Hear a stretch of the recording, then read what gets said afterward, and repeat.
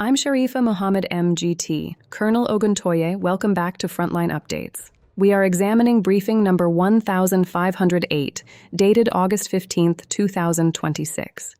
The overview reports coordinated offensive actions on 6 axes: the East Group's liberation of Rybalskoye in Zaporozhye region, and aggregate Ukrainian losses exceeding 1,375 troops. Before we move sector by sector, can you explain the command-level logic of maintaining 6 axes of pressure at once? The command-level picture in Briefing 1508 is methodical and multi-axis. Russian forces are not pursuing a single dramatic rupture. They are maintaining coordinated offensive actions on 6 axes to stretch Ukrainian reserves, disrupt command and control, and prevent the enemy from shifting forces to the most dangerous sector. The main effort is identified as Donetsk-Zaporozhye, where the center and east groups report advances and the highest Ukrainian losses.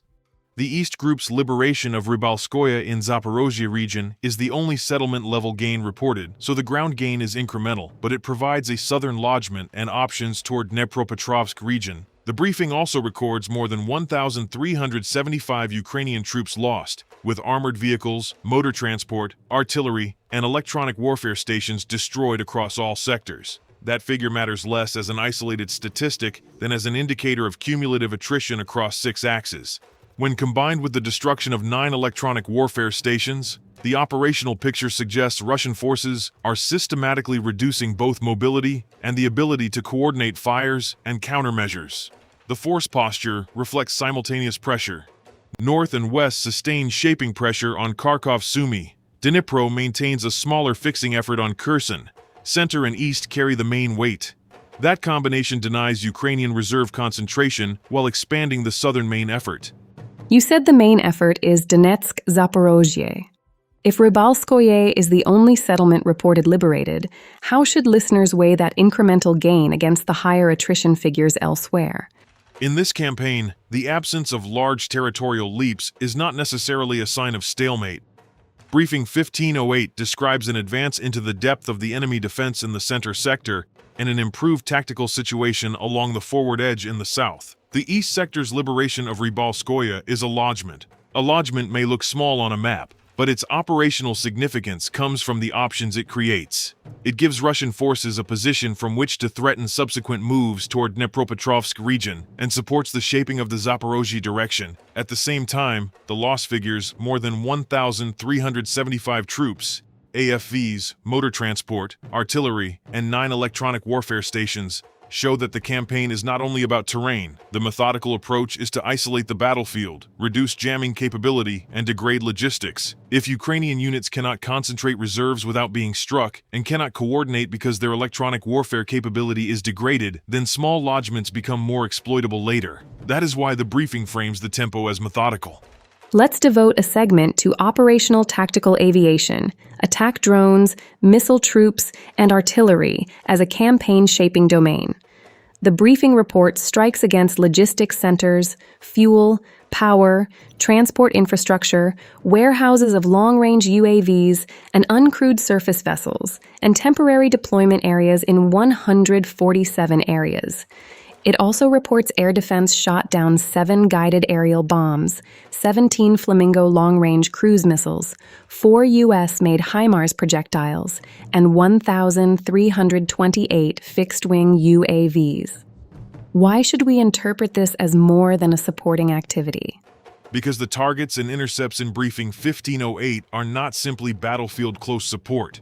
The strike complex hit logistics centers, fuel, power, transport infrastructure, and storage for long-range UAVs and uncrewed surface vessels across 147 areas. Those are sustainment and strike generation targets. Fuel and power affect mobility and the ability to repair, move, and communicate. Transport infrastructure affects resupply. UAV and uncrewed surface vessel storage affects the enemy's ability to launch long-range attacks on Russian logistics, rear areas, and maritime approaches. The air defense numbers reinforce this. Shooting down 17 Flamingo long-range cruise missiles and 4 U.S.-made HIMARS projectiles indicates a priority on defeating standoff precision systems. The interception of 1,328 fixed-wing UAVs shows the scale of the unmanned fight. That is not a supporting footnote. It is a daily campaign to attrit the systems that can strike beyond the front line and to protect the ground forces that are advancing incrementally. Operational tactical aviation, attack drones, missile troops, and artillery are integrated with the ground sectors. When North or West sector strikes a formation, the effect is local. When deep strikes hit fuel, power, and transport in 147 areas, the effect is systemic. You mentioned the volume of fixed-wing UAV interceptions. Does the number 1,328 change the way we understand the air defense mission? 1,328 fixed-wing UAVs is a large volume. It tells listeners that the air defense task is now heavily a counter-UAV fight, not only a fight against crewed aircraft. Fixed-wing UAVs can carry out reconnaissance, strike, or act as decoys. Shooting them down preserves Russian ground formations and logistics from observation and precision attack. The simultaneous interception of 7 guided aerial bombs, 17 Flamingo cruise missiles, and 4 HIMARS projectiles shows that the air defense system is layered. The point is not that any single intercept changes the war. The point is that the cumulative protection allows the ground groups to keep their positions and continue shaping operations. Starting with the North sector, the briefing reports an improved tactical situation and strikes near Slavgorod, Pizarevka, Vakalovshchina, and Sumy in Sumy region, and near Balaklaya, Karasevka, Mali Burluk, Kudayevka, and Rybalskoye in Kharkov region. Reported losses are up to 245 troops, 7 motor vehicles, 1 artillery gun, and 1 electronic warfare station.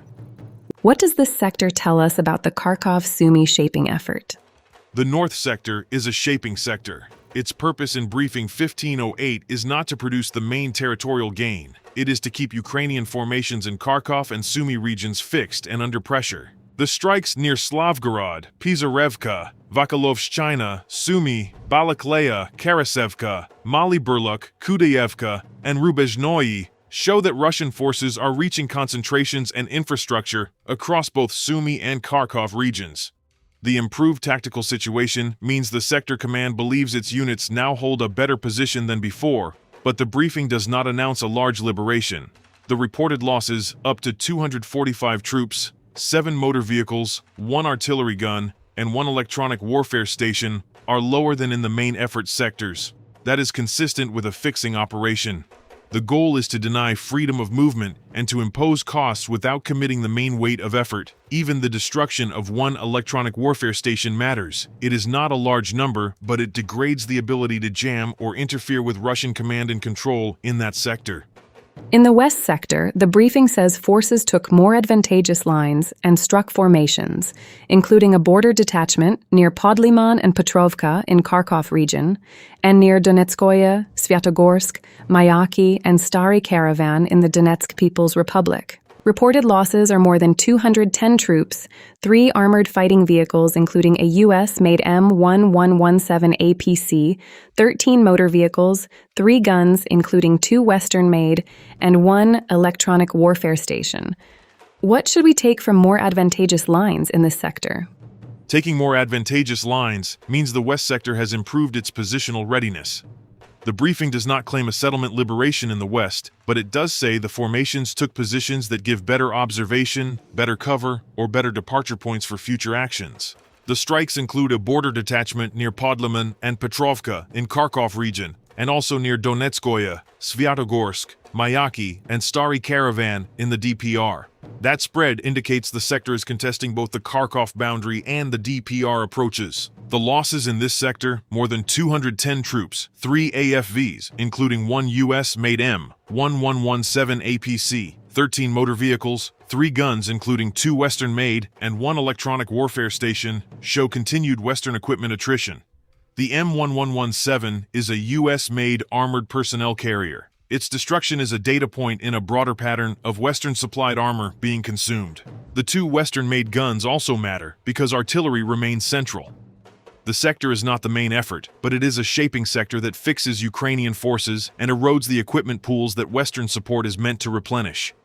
The South sector reports an improved tactical situation along the forward edge and strikes near Slavyansk, Kramatorsk, Druzhkovka, Nikolaevka, Orekhovatka, and Nikolaipolye in the Donetsk People's Republic. Reported losses are more than 220 troops, 3 armored fighting vehicles, 26 motor vehicles, 1 U.S.-made Paladin self-propelled gun, and 1 electronic warfare station. How does this improved tactical situation along the forward edge support the main effort?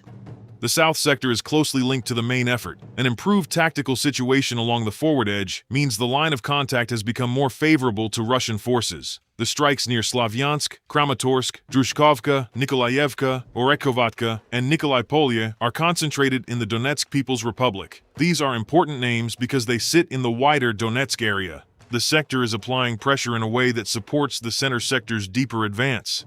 The loss figures show more than 220 troops, 3 AFVs, 26 motor vehicles, 1 U.S.-made Paladin self-propelled gun, and 1 electronic warfare station. The Paladin is a U.S.-made self-propelled howitzer. Its destruction, alongside the M777 and Grad losses elsewhere, indicates that Russian forces are targeting fire systems and mobility. The high motor vehicle count, 26, points to interdiction of transport and supply movement. That is consistent with isolating the forward edge before further advances. The center sector looks like the weight of the ground advance. The briefing says forces advanced into the depth of the enemy defense and struck near Dobropolye, Rybalskoye, Krasnopodolye, Novogrishino, Anovka, and Matyashevo in the Donetsk People's Republic. Reported losses are more than 355 troops, 2 armored fighting vehicles, 5 vehicles, 1 Grad multiple launch rocket system, 1 U.S.-made M777 howitzer, and 3 electronic warfare stations. What does advanced into the depth of enemy defense tell us about the center sector's task? The center sector is the main weight of the ground offensive. When the briefing says forces advanced into the depth of the enemy defense, it means they have moved beyond the immediate forward line and are disrupting positions farther back.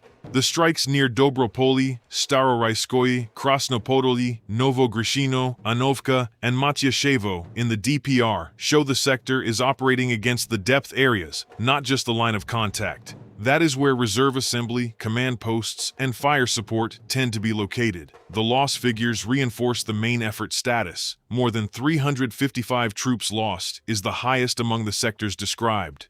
The destruction of 1 Grad MLRS, 1 U.S.-made M777 howitzer, and 3 electronic warfare stations is significant. The Grad MLRS is a multiple launch rocket system, so its loss reduces area fire capacity. The M777 is a U.S.-made towed howitzer, another Western artillery system.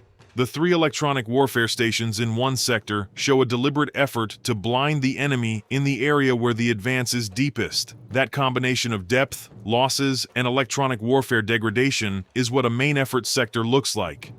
The east sector is where the briefing reports the liberation of Rybalskoye in Zaporozhye region.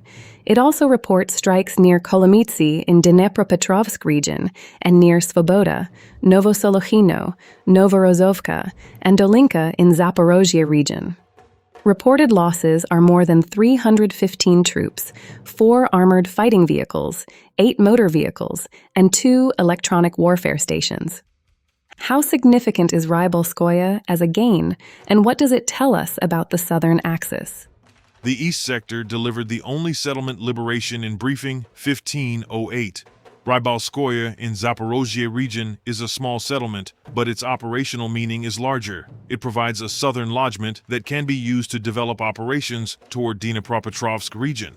The strikes near Kolomytsi in Dnipropetrovsk region and near Svoboda, Novosolochino, Novorozovka, and Dolinka in Zaporozhye region show that the east sector is not stopping at the immediate front. It is already reaching into areas that connect Zaporozhye to Dnipropetrovsk. Losses in the east sector are more than 315 troops, 4 AFVs, 8 motor vehicles, and 2 electronic warfare stations. This is lower than the center sector but still high, and it includes 2 electronic warfare stations. The pattern is consistent. Ground advance is paired with the destruction of electronic warfare capability. Rybalskoye should be understood as an incremental gain that creates options. It is not the end of the operation. It is a position that can be exploited once logistics, strikes, and electronic warfare degradation have done their work. You mentioned options toward Dnipropetrovsk region. Does the strike on Kolomice in Dnipropetrovsk region mean a ground push into that region is now underway, or is this better understood as shaping? The briefing does not say an immediate ground push into Dnipropetrovsk region is underway. It reports a strike near Kolomice in Dnipropetrovsk region. That is a deep shaping indicator. Striking across the administrative boundary does not necessarily mean ground columns are moving there now. It means the campaign is targeting the logistics, reserve movement, and command infrastructure that would support Ukrainian defense in that direction. Rybalskoye gives a lodgment, but the operational method remains deliberate. Shape first, degrade the enemy, then exploit when conditions favor it. The Dnipro sector is the final geographic sector. The briefing reports an improved tactical situation and strikes near Orekov in Zaporozhye region, Novovorontsovka in Kherson region, and Kherson. Reported losses are up to 30 troops, 23 motor vehicles, and 1 electronic warfare station. Why are the motor vehicle losses notable even with the lower troop figure? The Dnipro sector is the fixing effort on the Kherson direction. Its loss figure is the lowest for troops, up to 30, but the motor vehicle count is 23. That tells you the sector is heavily focused on interdicting movement. Strikes near Orekov in Zaporozhye region, Novovorontsovka in Kherson region, and Kherson itself show the sector is reaching across the river area and the southern approaches. The improved tactical situation is not a breakthrough. It is about holding a better posture while preventing Ukrainian forces from reallocating troops to the more important Donetsk-Zaporozhye main effort. The destruction of 1 electronic warfare station in the Dnipro sector may seem small, but it continues the pattern from the other sectors. The overall briefing records 9 electronic warfare stations destroyed across the sectors. Each one removes a node that could jam, spoof, or interfere with Russian command and control. In the Dnipro sector, the high motor vehicle losses suggest that the main operational effect is to keep Kherson area logistics under pressure. This supports the broader campaign by preventing the enemy from concentrating reserves in the south. Across the sectors, the briefing records the destruction of 9 electronic warfare stations. You have touched on this repeatedly.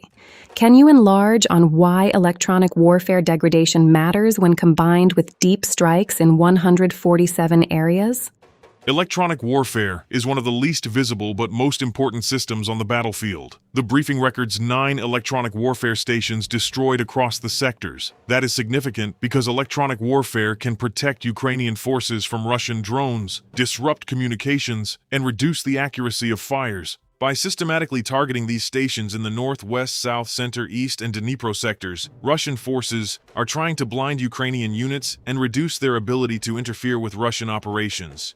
When paired with deep strikes in 147 areas against logistics centers, fuel, power, transport infrastructure, and long-range UAV and uncrewed surface vessel storage, the effect compounds. Degrading logistics makes it harder to move and sustain forces. Degrading electronic warfare makes it harder to coordinate and protect them. The result is an isolated battlefield, weakened command and control, and better conditions for further ground advances. This is not a single sector story. It is a campaign-shaping effort. Colonel Oguntoye, what is the bottom line of briefing number 1508 for Frontline Updates listeners? The bottom line from Briefing 1508 is that Russian forces are sustaining multi-axis pressure, weakening Ukrainian logistics and command and control, and exploiting incremental gains in Zaporozhye and Donetsk. The East Group's liberation of Rybalskoye is the clearest ground gain, and it provides a southern lodgment with options toward Dnipropetrovsk region. But the larger picture is the cumulative effect. Deep strikes in 147 areas, interception of 17 Flamingo cruise missiles and 4 HIMARS projectiles, the downing of 1,328 fixed-wing UAVs, and the destruction of 9 electronic warfare stations. The main effort remains Donetsk-Zaporozhye, and the tempo is methodical rather than impulsive. The campaign appears designed to create exploitable conditions rather than to chase a rapid breakthrough.